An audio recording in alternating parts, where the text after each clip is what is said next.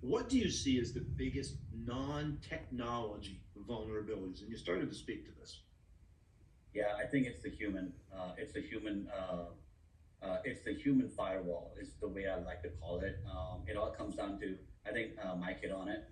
It's the vulnerability of a human being to to to physical and digital distractions that have come their way in heightened awareness of a pandemic, physical and devastating events happening around the world. We're seeing all kinds of events happen, right? Don't want to go too much into the detail, but the human mind has gotten bombarded psychologically and physically, and we just can't keep up as a human being. Mike touched on it, right? Your community, your commitment to your kids, your parents, your whatever, folks have fallen sick, have died. I think what happens is in this space, when you throw in a social engineering attack, and technology is phenomenal in terms of catching it, but I think you just can't catch the human being, right? I think a human being's attention spans only to a certain extent. I think we all know it. And so I think to me, that is the fundamental sort of, um, creature of what I call you have to kind of patternize that and do your best thing, do your best job. I think we got to be good at doing the fundamentals, security, hygiene, good training, good technology. All of that is great, but I think it's I'm going to go down fundamentally to the education of the executive workforce. But I think when I was in the industry, we did a lot of what I call tabletop exercises and incident response exercises, specifically targeting our executives. And we actually made them go through an hour and a half session, and they were really supportive. Back 5 years ago, they didn't give two cents about it, right? Like they didn't never really care about that stuff because it was never really personal to them. Because their companies and organizations have gotten front and center at the Wall Street Journal, they've gotten more sort of. So I think if I'm coming down to the human firewall, I think that's important. Who runs the organization and the operations? Who makes the money? Who makes the business? It's humans in plants, in mills, that make the business. That's where the check comes from. That's where customers get paid. That's where the suppliers get paid. So Mike touched on third parties, and that is very, very critical. I think third party suppliers, because in accountants, in finance, in payroll, you're constantly supplying invoices to third parties.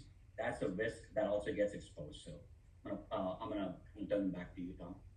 So if you were to summarize, Vikram, what would you say are the best ways to address these non-technology vulnerabilities or to support the human firewall, as you will? So it's really around customized, focused training for different audiences. So this is the way I approached it. For example, at International Paper, which is a Fortune paper packaging company, we designed specific scenarios for payroll, treasury, finance, and accounting, and we actually sat with them to custom build phishing schemes, custom build phishing scenarios, and we basically they came to us and said, "I want you guys to fish my entire 1,000 employee workforce within accounting and finance. And I want to see a report of everybody that got fished, but I also want to know why they got fished. And then I also want to make sure I have a 1 5 minute training geared towards that employee workforce. To me, custom build training around your company's key risk operations is important. There's others out there, but I think from a BEC perspective, and when it comes to wire transfer, you got to look at accounting, payroll, finance, and treasury, and those core functions, and really figure out simulations and scenarios that are very unique to your business ops. To me, that's critical. Doing a generic stuff is fine. People are alert now, but you have to custom build it based on. So that's going to be, and keep doing it on an annual basis.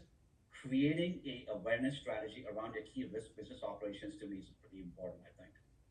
Well said. Mike, Yeah, for you. and I think those are important. I think the more sophisticated, the more real world, the more targeted, awareness and training programs you have. I totally support that. I think that's great. That's what I did at the bank as well. I will say at the end of the day, when you can do them in safe spaces where there's no harm, no foul if you click, that's great. As good as training and awareness are, and no matter how progressive, phishing, business email compromise is one of those where to be truly safe, I have to get it right 100% of the time. So I can't have anybody click one click. It could end up in an invoice being paid. So really, I also like to balance that with the technology side of making sure that my users only have a limited number of times where they actually have to get it right. So, you know, if I'm trusting my users to get it right, you know, 30, 40 times a month, I'm going to fail. If I'm trusting them to get it right once or twice a month, then, you know, my odds are much more stacked in my favor that they're actually going to get one or two right versus, you know, 30 or 40.